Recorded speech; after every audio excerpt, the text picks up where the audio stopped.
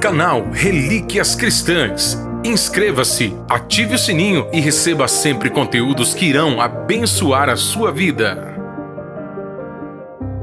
É com muita alegria que trazemos a você uma live poderosa com dois dos maiores pregadores da Assembleia de Deus, pastor Cláudio Gama e pastor Eliseu Rodrigues, compartilhando poderosas lições e experiências impactantes com o Senhor. Com certeza essa live lhe trará inspiração para você prosseguir na sua caminhada com Deus. E não esqueça do seu like para juntos evangelizarmos a internet. Eu tenho o prazer de receber aqui no pastor Cláudio Gama ao vivo, um dos maiores expoentes da palavra de Deus nesse tempo do fim, uma pessoa que tem contribuído para a expansão do reino de Deus, tem feito a diferença entre os seus pares, por onde tem passado, só tem deixado rastro de luz, e hoje é um referencial do perfil do pregador pentecostal. Estou me referindo ao servo de Deus, pastor Eliseu Rodrigues. Tudo bom, meu pastor? Bem-vindo, querido. Paz do Senhor. Que alegria, cara. Primeiramente, te agradecer pela sua bondade, pela sua generosidade, pelo irmão, disponibilizar o seu tempo. Agradeço a sua muito digna e honrada esposa, ao seu filhinho abençoado, por disponibilizar você para esse momento muito especial. Me sinto bastante honrado ter um irmão aqui comigo. Deus seja louvado. Amém, meu querido. A honra é minha. Oh, Benção saber que o senhor está aí nas redes sociais também. Eu te procurava muito. O senhor demorou um pouquinho de entrar nas redes, né? Mas agora entrou e Deus tem te abençoado. Rapaz, eu sou da época do Fred Flintstone. Que alegria. E alegria. Eu fico muito feliz pelo seu compromisso com o altar da palavra, seu compromisso com Deus. Tu és um homem de família, um homem de igreja, vives o que pregas e tem contribuído com muita honradez para a expansão do Evangelho de Cristo, não somente em pátria brasileira, mas além fronteira. E eu glorifico a Deus pelo irmão. Glória a Deus. Eu também glorifico a Deus pela sua vida. Obrigado, querido. Pastor Eliseu, então vamos lá. O irmão nasceu numa fogueira pentecostal. E o irmão tem reproduzido isso com uma peculiaridade muito grande. Principalmente numa época, numa geração como a minha, que o pregador de sucesso, o pregador bom, dentro da ótica pentecostal, era o acelerado, era o explosivo, era o do grito, era o que pulava. E hoje a gente percebe a igreja com outra exigência, com outro perfil. E o irmão que transita nessas duas alas, no seu conceito, qual é o perfil de um pregador pentecostal? Nossa, que pergunta chique, forte, inteligente. Não tão fácil de responder, mas claro que tem resposta. Sim, como o senhor, eu nasci numa fogueira pentecostal. E eu amo o perfil pentecostal bíblico de se pregar. Ultimamente, nós temos os pentecostais... temos os pentecostais clássicos, que são os bíblicos. Ok. Porém, tem uma marca. Os pentecostais, pastor, são aqueles que pregam a verdade como se fosse verdade. Eles sentem o que eles pregam. Nós, pentecostais, a gente sente o que a gente prega. É como Estevão. O rosto de Estevão já brilhava antes mesmo dele pregar. Então, o rosto dele brilhava pelo peso da mensagem que estava no coração dele. e no final, a glória que estava no rosto dele foi a glória que ele viu. Ou seja, o pregador bíblico pentecostal, ele faz questão de que aquilo que ele prega seja visível em sua aparência. Então, a gente tem isso. A gente evidencia na voz, no semblante, aquilo que a gente está pregando. É óbvio que alguns, ainda imaturos, fazem cara de choro, forçam a barra. E o que a gente tem que fazer? Proibi-los? Não. Instruí-los. Agora, essa é uma marca do pentecostalismo, do pregador pentecostal. Ele vive o que ele fala. Porque existe pregador que o que ele prega é a verdade, mas o modo que ele prega parece ser mentira. Quando você vê os ímpios em seus programas fazendo suas apresentações, o que eles apresentam é uma mentira, mas tem tanta verdade na transmissão que as pessoas são convencidas e até convertidas ao que eles dizem. Nós pentecostais gostamos de vivenciar o que pregamos. Porém, a minha escola foi pastores, não foi pregadores. Muita gente pergunta assim para mim, pastor, quem te inspirou? Eu admiro Abílio Santana, Napoleão Falcão, Marco Feliciano, Gilmar Santos. O senhor sabe, sem comentários. Mas eu não tive inspiração ministerial com pregadores, mas com meus pastores. Eu morei com pastores, entendeu? Então, eu estive perto de pastor Marcílio, pastor Gesiel, pastor Antônio José, e sou pastor Cleidivan na Bahia. E o senhor sabe que pastor pregando é diferente de itinerante pregando. Então, eu me inspirei em mensagens de pastores e pastores presidentes. Pastor Ocival Xavier de Brasília, morei em Brasília há 10 anos, fui pastoreado por ele. Pastor Manuel.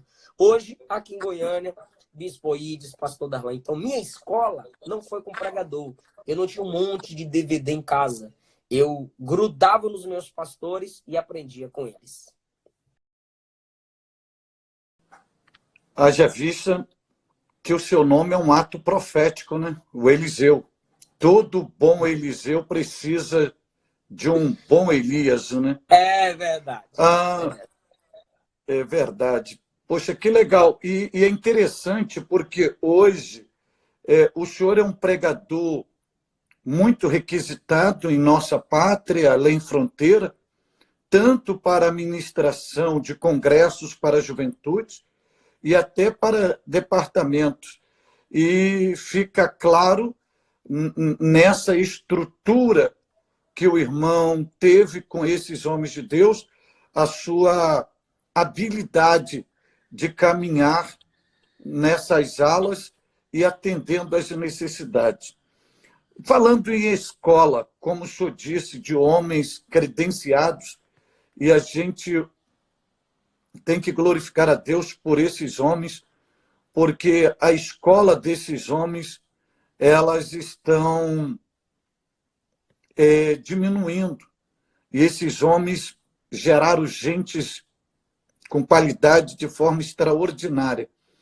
Eu lhe pergunto, o senhor hoje, pela experiência que o senhor tem, o que o senhor não faria hoje no seu ministério que o senhor fez no seu início? É a primeira pergunta. 2, o que o senhor faria hoje que o senhor não teve a possibilidade de fazer no seu início?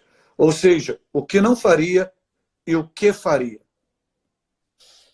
O que eu não faria hoje no ministério, que eu já... no ministério. O senhor iniciou isso, o senhor praticou algo que hoje o senhor olhou e falou, pô, isso não é legal, eu não reproduzo mais isso, eu não quero. E naquele momento o senhor tinha um sonho, um desejo, mas não tinha condições, falou, não, hoje eu vou realizar isso. Primeiro, eu cheguei no momento de tanta raiva, e eu digo isso mesmo, raiva, ira, contra alguns erros teológicos e posturas de gente de influência, que eu acabei citando nomes. Um exemplo, citei nomes de cantores que estavam desonrando a doutrina, a adoração, e vindo para a internet confirmar o comportamento deles ou justificar. Só que aí eu fiquei meditando numa coisa, isso tem uns 6, 7 anos atrás. Eu fiquei meditando no seguinte: a internet eterniza. Então, eu estou aqui pregando para 500, 600 mil pessoas, o cara está filmando. E eu falo o nome e exponho o erro e digo como deveria ser. Só que a internet, os internautas gostam de likes, gostam de visualizações.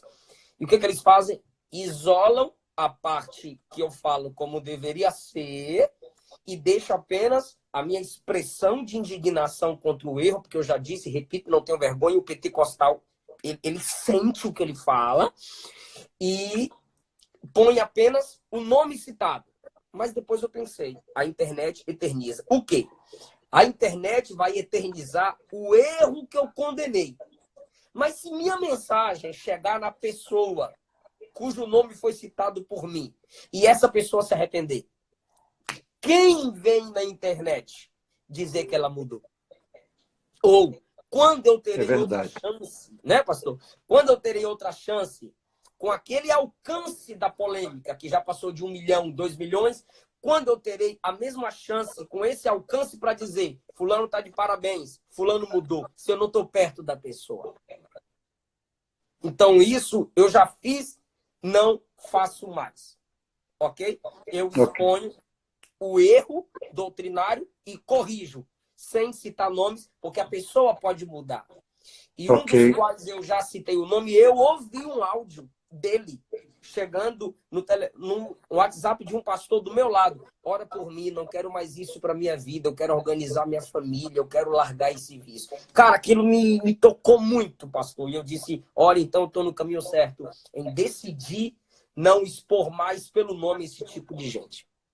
Ok? Não achei legal conforme o senhor me perguntou. E a segunda pergunta, que é tão chique que... Aquilo que o senhor tinha faria... sonho de no início de fazer, que não foi possível fazer, e que o senhor faria hoje com uma consciência tranquila. Formar discípulos do modo que eu fui formado. Rapaz. Instruir gente do jeito que eu fui instruído. Eu tenho 2 jovens aqui que congregam comigo, o Ricardo e o Matheus. Então, quando eu morei em Brasília, sob a presidência do pastor Sival Xavier e o pastor local, o pastor Gesiel, eu morei num quartinho em cima da igreja, muitos meninos me cercavam. Mas eu escondia os meus livros, porque o costume era, me presta, e nunca voltava. Então, eu ao invés... o senhor sabe disso. Ao invés de sentar, bora ler junto, vamos estudar juntos, eu não fiz. Eu tinha medo de perder o pouco que eu tinha. Hoje, pela quantidade que tenho aqui e ali embaixo, eu também não deixo levar. Mas eu marco, vem estudar aqui no meu gabinete. Vem estudar aqui comigo. Então, e às vezes, no aniversário, o que eu faço? Eu dou um livro de presente. E o que eu aconselho? Eu digo, você não é casado? Sou. Então, você não quer ser pregador? Quero. Você não será pastor? Sim. Então, o que você tem que ter? Aí eu digo a eles, você tem que ter um livro sobre casais. Na sua mesa, você tem que ler um pouquinho de cada durante o dia. Casais, teologia sistemática para você ter o que pregar, porque os assuntos são vastos, ok? Sobre ministério e sobre a sua família. Então, o que eu não fiz, e eu não tinha condições, hoje eu tenho feito. E eu sei que Deus vai nos honrar. Eu gostei muito desta expressão, fazer discípulos, porque hoje é uma carência muito grande da gente ter um referencial saudável e uma fonte de inspiração nesta área que possa os seus valores saudáveis ser agregados na vida para que aquela pessoa possa reproduzi-la. Baseado ainda na linha pentecostal que nós servimos com amor, na teologia,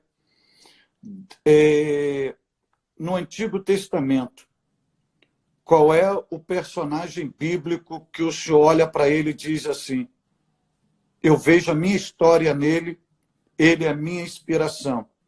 E no Novo Testamento, qual é o personagem que o senhor se vê nele, que ele é a sua fonte de inspiração? O antigo Samuel. O Samuel. novo Paulo.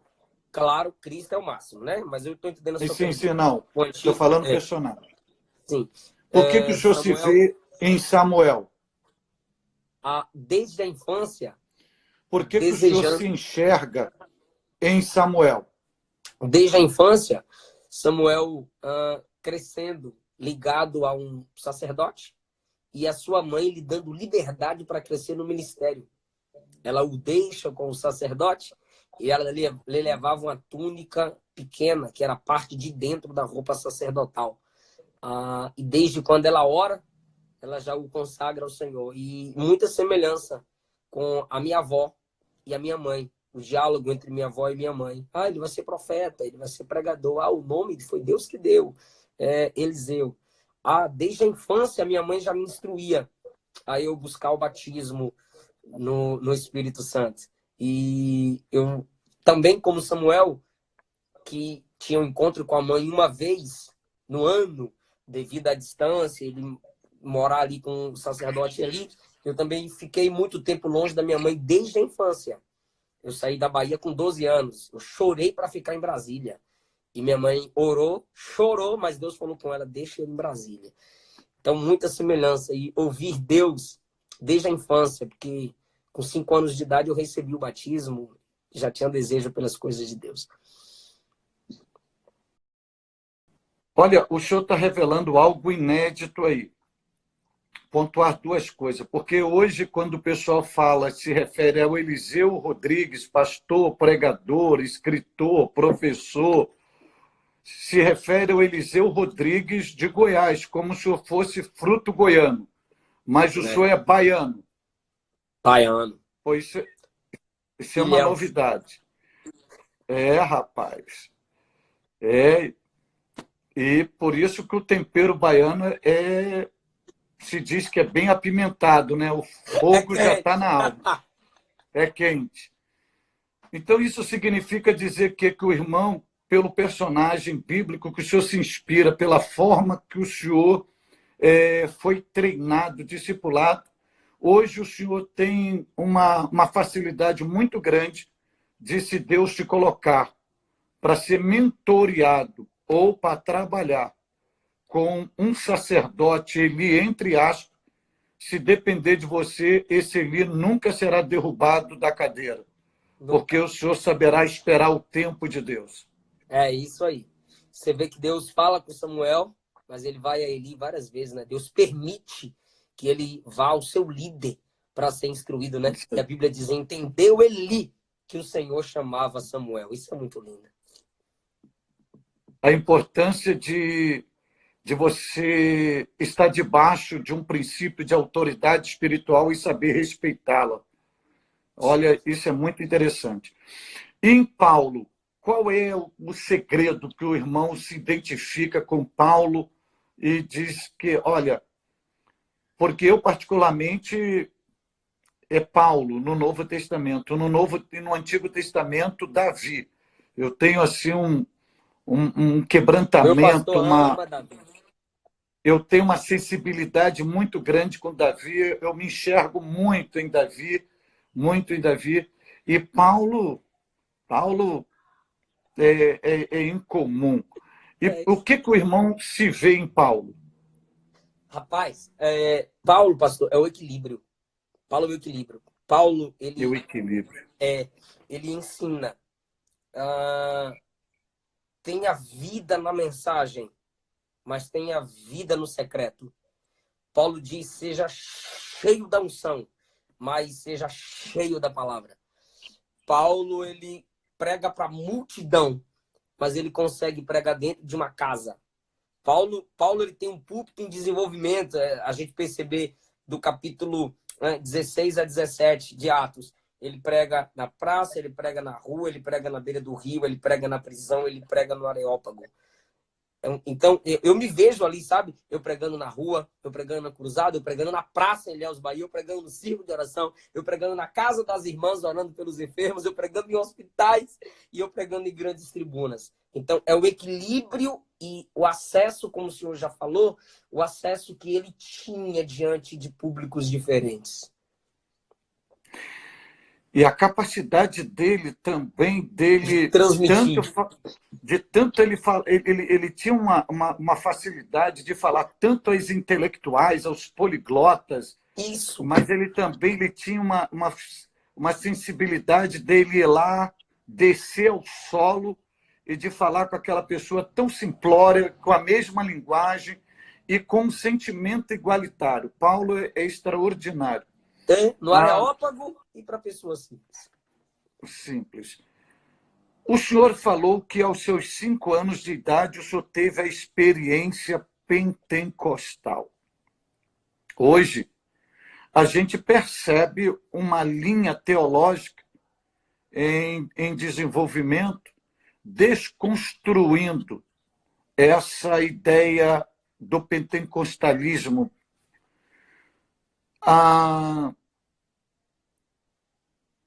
Eu lhe pergunto, essa chama pentecostal, que foi acesa não só no solo brasileiro, mas também no coração daqueles que experimentou, e o senhor já vem isso desde os seus 5 anos de idade. Qual o seu conselho teológico para essas pessoas que ainda alimentam um descrédito na doutrina pentecostal?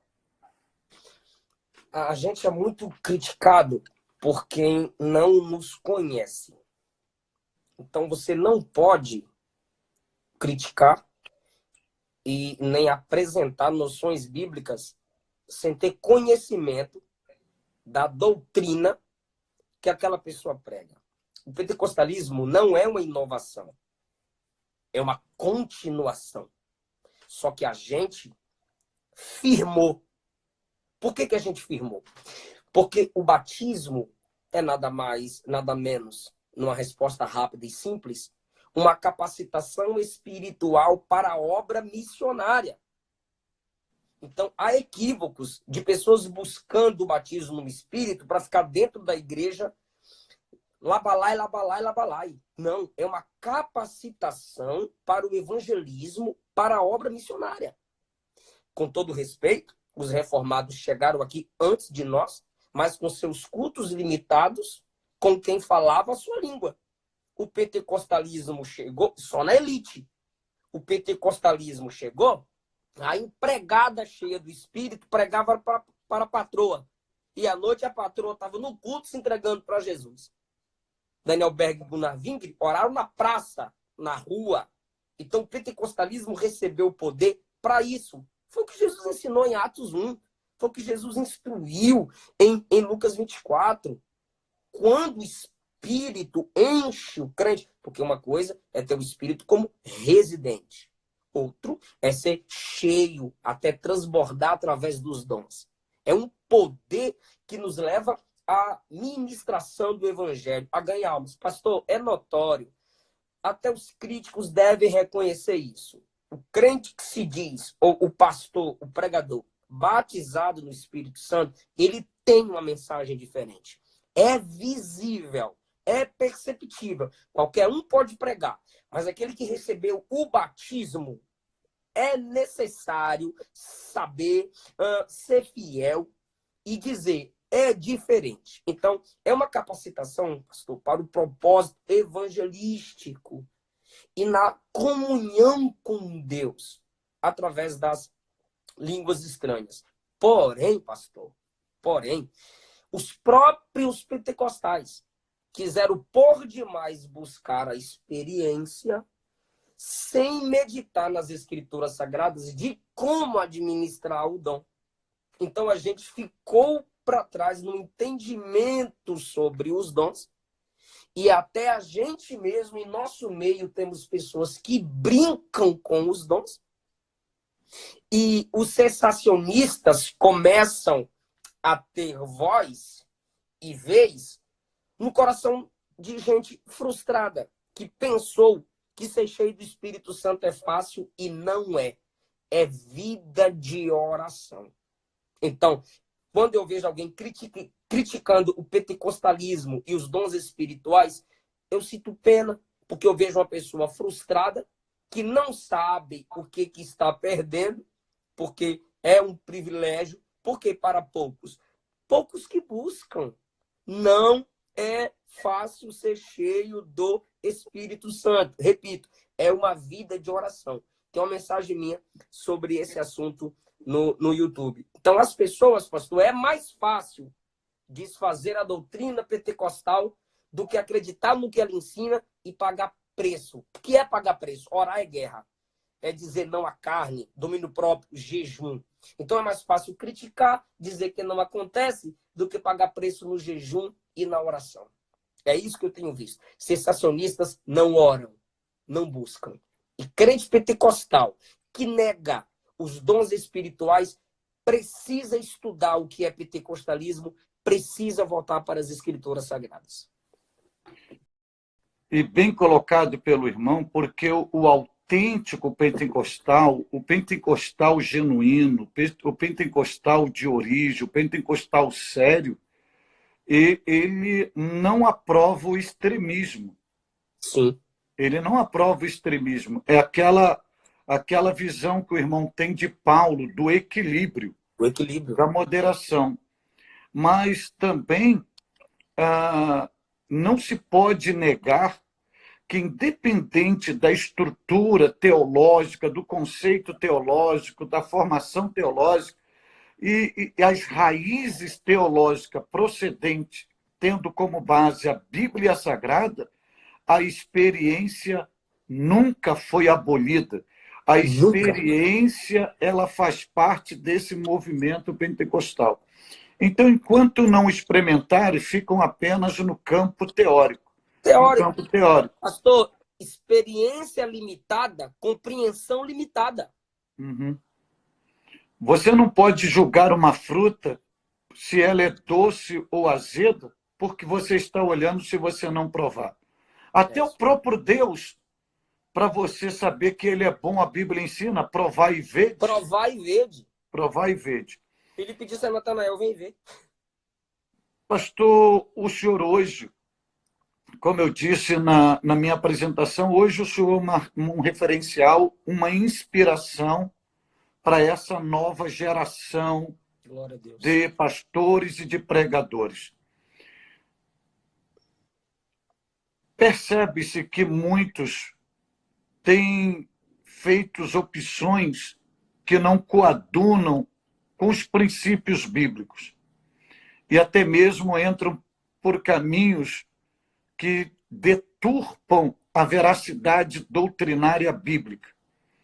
Eu pergunto ao irmão, como professor da Academia de Pregadores, como escritor, que o irmão tem um livro, Paulo tem vários livros, o senhor é um conferencista, o senhor é um pastor, o senhor é um homem que Deus o capacitou para esse tempo do fim.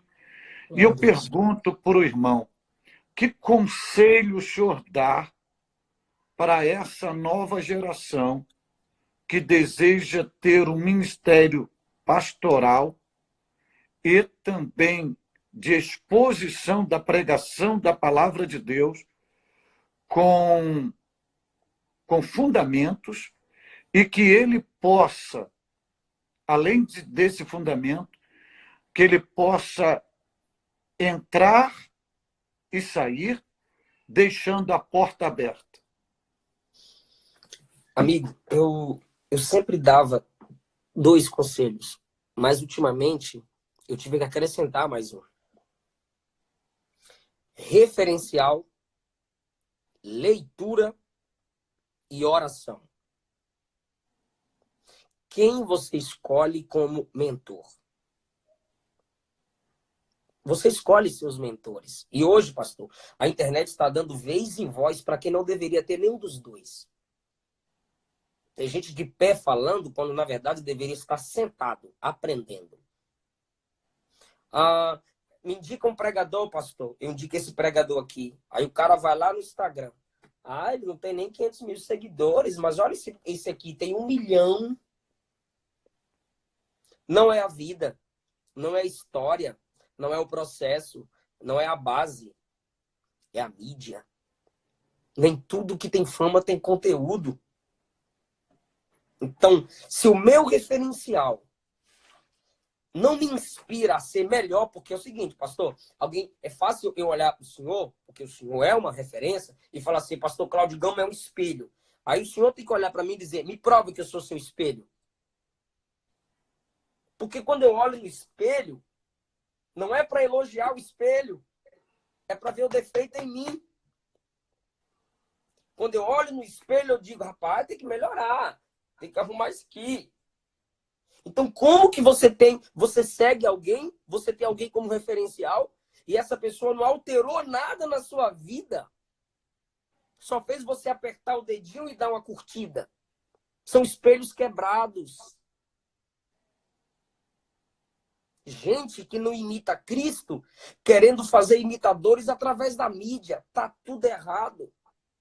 Então, Samuel abriu a escola de profetas e continuou. Então, quem eram esses profetas na escola?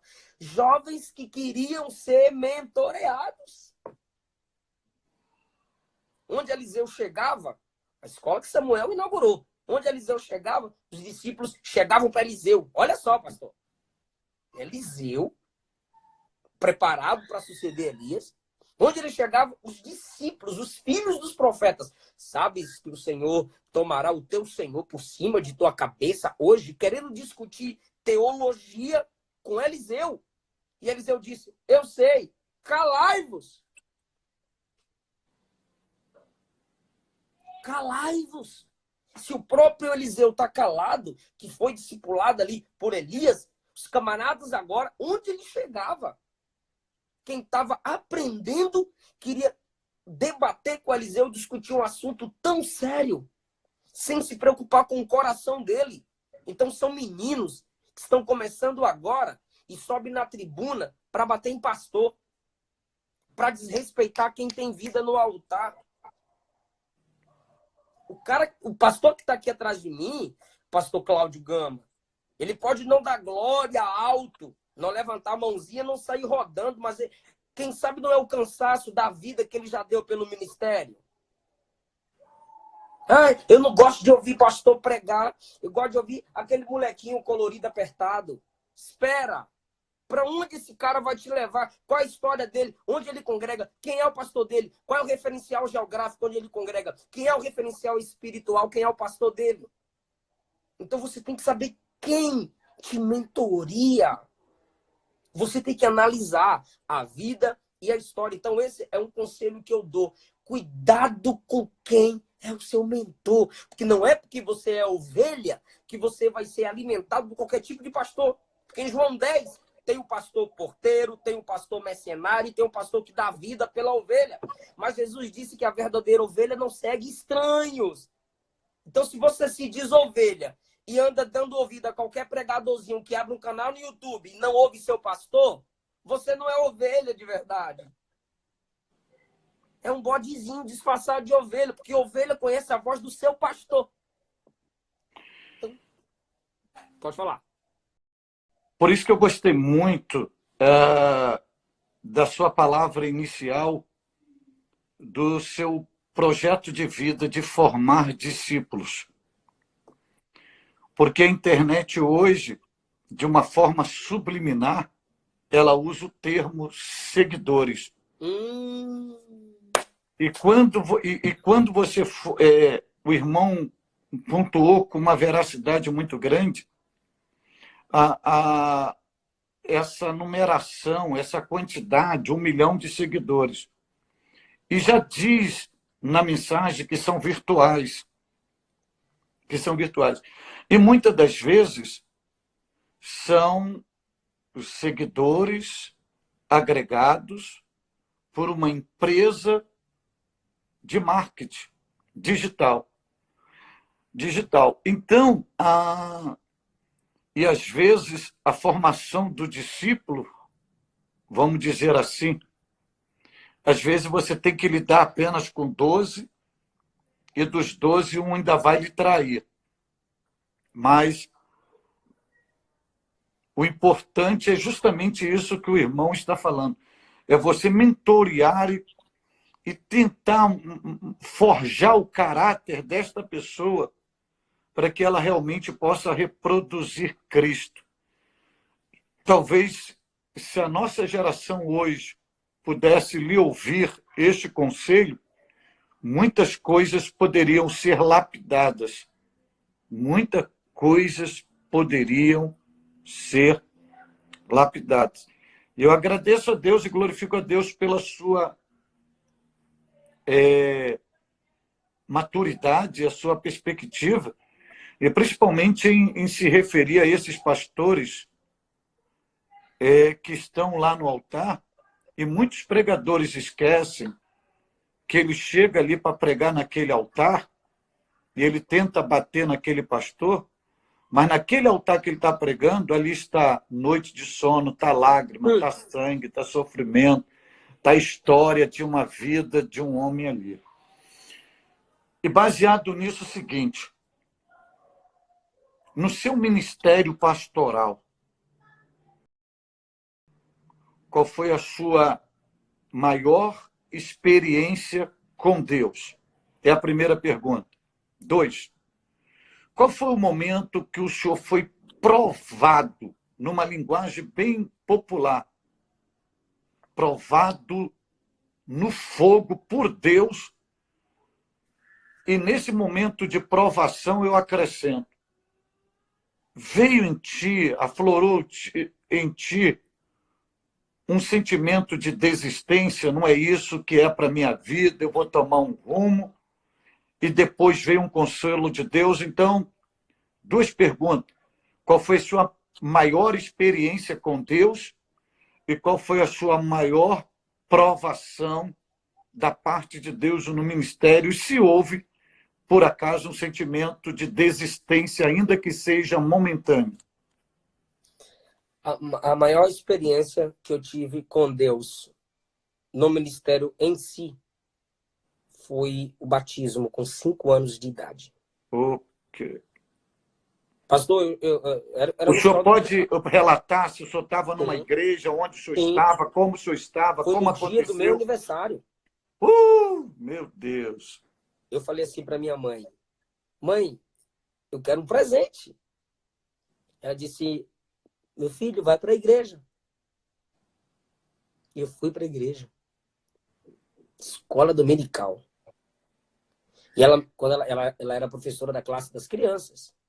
E ela disse: é o seu aniversário? Pede para Jesus te encher com o Espírito para você ser um pregador. Meu Jesus! Porque eu gostava de ouvir as histórias bíblicas que meu pai contava. Pastor, e ela dando aula na classe das crianças, e eu lá no último banco: Jesus me dá meu presente, Jesus me dá meu presente, orando. Aí teve uma hora que eu me levantei e fui para a ponta do altar. Chão Vermelho, bairro Nelson Costa, Ilhéus, Bahia, na famosa Rua da Valeta.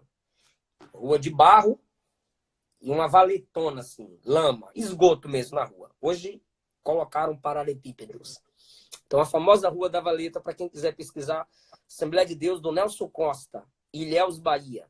Pastor Antônio José, que era costureiro, já passou para o Senhor, quando estava lá na ponta, buscando o meu presente, dizendo: me enche com teu espírito, que eu quero ser um pregador. Pastor Antônio José tocou o sino. O senhor lembra do sininho, né? Lembro. Quando acabava a classe, né? Estava na hora de encerrar. Isso. Ele disse: eu estou sentindo Jesus aqui.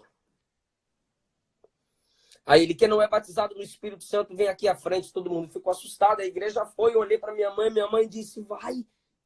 E eu saí lá do canto e fui. Aí ele falou assim: pega a criança e coloca no meu colo. Meu Deus. Você já me viu pessoalmente, você viu meu tamanho. Imagine com 5. Aqui estava o púlpito, Ele me pegou, me colocou em cima do púlpito, botou a mão na minha cabeça. E começou a orar para Jesus me encher com o Espírito. Ele orava, ele insistia. A igreja orando, e eu ali também orando. Eu orava, chorava, eu orava, chorava e glorificava. E quanto mais eu glorificava, eu dava glórias a Deus. E de repente, quando ele, com a mão na minha cabeça, orando para que o Senhor me enchesse, ele colocou o microfone assim e disse, fala em novas línguas. Eu comecei a falar em novas línguas. Comecei a falar em novas línguas, a glória de Deus invadiu a igreja. A glória de Deus invadiu a igreja e eu comecei a falar os versículos que meu pai me ensinava. Aqueles versículos, aqueles textos, aquelas histórias que meu pai ensinava. E a igreja inteira recebendo, glorificando, o que era para acabar 11 horas, foi acabar meio-dia e meia, 1h da tarde. Eu fui para casa em línguas, no colo do meu pai, em lágrimas. Essa foi uma grande experiência de Deus na minha vida. Como que uma teoria teológica pode explicar isso? Não. Um pastor que o irmão disse que era alfaiate, não é isso? O costureiro. Então, para a sociedade, uma profissão simples. Mas veja o nível de autoridade espiritual e de experiência com Deus e de sintonia com os céus, que a gente pode chamar de sensibilidade espiritual, de um homem desse chegar e dizer assim, eu sinto Jesus aqui. E chamar, te colocar no colo como se fosse o próprio Jesus e te dar e ministrar de forma baseada numa autoridade espiritual, como se fosse o próprio Jesus falando. Olha aí o presente chegando aí, pode falar língua estranha. E a autoridade apostólica, né, pastor? É autoridade. Eu lembro de Atos, né? Em as mãos do Espírito vinha sobre eles. Como que alguém pode negar isso do irmão? Quem pode roubar isso do irmão? Conceito teológico, o cara pode falar. Irmão, só que o provor é isso. Eu digo aos pentecostais, não deixem que os sensacionistas matem a unção. Nada. Por isso que é o nosso desafio. O nosso desafio não é lutar, não é guerrear com os sensacionistas. Não é. O nosso maior desafio é aumentar a chama do fogo. É atear fogo. Vamos embora, vamos levar essa chama. Posso falar uma segunda, pastor? Vamos lá, a sua segunda. No seu exercício, Deus lhe chamou para o ministério pastoral. E Deus nos prova. Qual foi a sua maior provação? E se nela veio um sentimento de desistência, de ir para uma faculdade, optar por uma profissão e abandonar o ministério? Esse sentimento eu nunca tive. Nunca teve? Não. Quando eu não tinha agenda, eu pregava para o vizinho, pregava para os colegas, pregava na escola, pregava no espelho. A provação foi todo dia dos pais, quando eu morei em Brasília. Com 12 anos eu fiquei em Brasília, minha mãe voltou. Então eu fiquei em Brasília na casa de um casal, irmão Erasmo e irmã Glória, na Samambaia. E ele fazia minhas agendas. E ali as igrejas me davam 30, 40, 50. Claro, os irmãos têm que entender uma coisa. Eu prego desde a minha infância. Eu aprendi a ler com a Bíblia. O primeiro livro que eu li na vida foi a Bíblia. Eu ia para a escola, eu levava a Bíblia. No intervalo eu ia ler Bíblia. Eu ganhei uma bicicleta, eu pedia para alguém me levar para a escola. Enquanto a pessoa pedalava, eu lia a Bíblia. Ok? Quando eu morei em Brasília, eu ia para a escola de van. Eu ia lendo a Bíblia. Fazia questão de sentar no último banco lá atrás, as pessoas conversando e eu lendo a Bíblia. Comprava a Bíblia grande por causa da letra, porque eu gostava de ler em movimento. Hoje eu evito, claro. Então, a aprovação foi, como eu fiquei sozinho em Brasília, na casa de Erasmo na Glória, depois eu morei com eles 3 anos, chegaram parentes para morar com eles. Foi aí que eu fui e mudei para ficar com o pastor Gesiel e morar em cima da igreja. Então, dia dos pais, longe do meu pai. Dia das mães, longe da minha mãe. Dia das crianças, que era acostumada a ficar na rua com os meus irmãos, que baiano só sabe, são 6 filhos minha mãe fez. Então era gente tudo, aquela alegria toda. Dia das crianças, solidão. Dia dos pais, solidão. Dia das mães, solidão. Essas datas. Natal, alguns irmãos chamavam para eu ficar com eles. Eu ficava, mas só sabe, a gente se sente desconexo. Então foi um período muito angustiante, onde eu me firmei só na oração, na oração, na oração. A última pergunta para poder liberar o irmão. O irmão, como professor, como mestre, como instrutor, como mentor, como autor de livros, como pregador, qual é a sua opção de exposição de mensagens? Temática ou textual?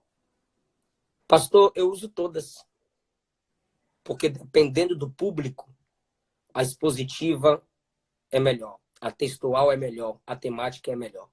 Por isso que eu disse Paulo. Paulo tinha um tipo de mensagem para cada público. Então, a gente não pode dizer, alguns, não todos, que tem o meu respeito, que tem o nosso respeito. Alguns reformados só pregam a expositiva e dizem que ela é a perfeita. Não é. Todas têm os seus problemas. O problema não está nem na técnica, está em quem transmite.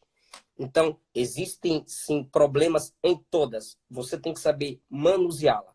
Então, para cada público, uma delas vai funcionar. Agora, o que eu uso normalmente é a expositiva e muitas vezes temática. Agora, eu gosto de todas. Temática, expositiva, textual. Maravilha, maravilha. Como o assembleano diz que é a última e a última nunca chega. Estou acabando. Olha, já estou entregando. Olha, já estou concluindo. Olha, já fechei a Bíblia. Já... Tá.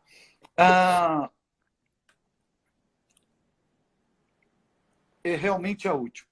Nesse tempo do fim, nesse tempo que a gente está vivendo, nesse tempo de pandemia, o senhor, como uma voz profética para esta geração, que palavra da parte de Deus o senhor libera agora para essa geração, para o nosso país, principalmente para a nação brasileira, independente do seu credo religioso. O irmão tem aí 5 minutinhos para colocar essa exposição. Deus nos parou. Deus nos parou. Os espiritualistas dizem, foi o diabo. Os humanistas dizem, a China. Mas os espirituais dizem, Deus. Ele é soberano. Ele nos parou. Agora, quando Deus nos para, não é para o estacionamento. Não. Deus nos para recarregar. Deus nos para tratar conosco.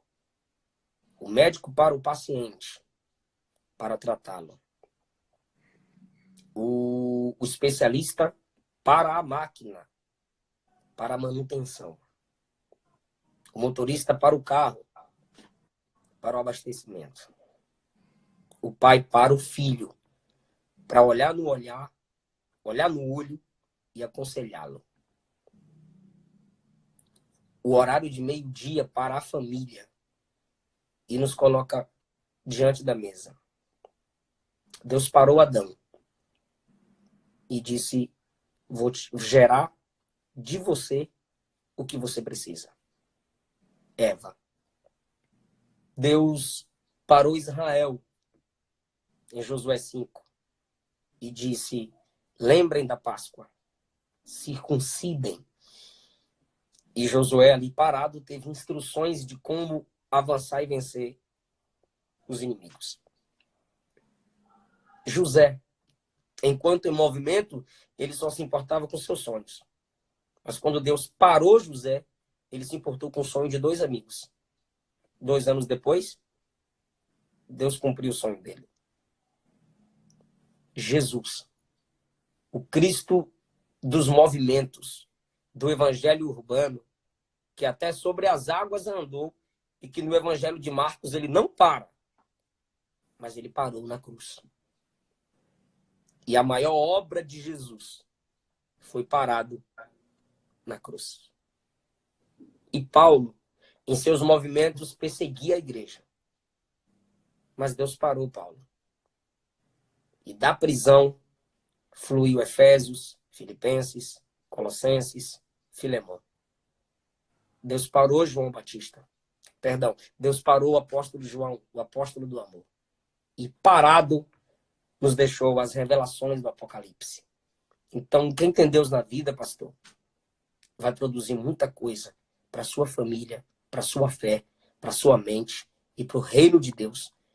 Depois dessa quarentena, vai sair melhor do que entrou. Amém? É a nossa crença, é a nossa esperança. Libera os comentários, pastor, para ver se o povo recebeu. Desculpa te interromper. Não. É a nossa esperança, é a nossa crença.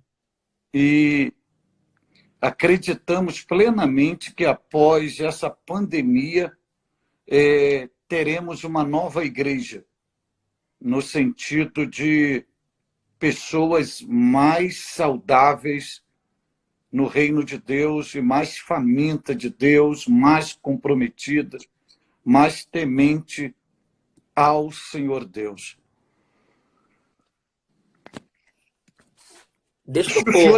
Se o senhor tivesse que deixar, nós temos 2 minutinhos, se o senhor tivesse que deixar um texto bíblico para os nossos diletos amigos, que texto bíblico o senhor deixaria agora para encerrar essa entrevista tão maravilhosa? Eu quero deixar o Salmo 46. Meditem, entendam que Deus está com a igreja, Deus está na igreja e Deus faz pela igreja. As nações estão abaladas, mas é Deus quem firma a igreja. Essa é a primeira coisa que eu quero usar o tempo. E a segunda coisa é pedir aos meus seguidores que, pelos algoritmos que o meu Instagram juntou ao seu, pastor, eles são convidados de lá para cá. Sigam o pastor Cláudio Gama. Obrigado, querido.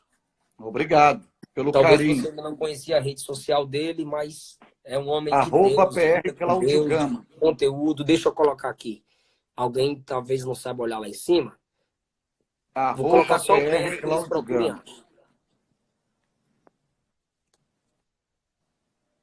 E lá no YouTube tem uma série de mensagens lá também, novíssima.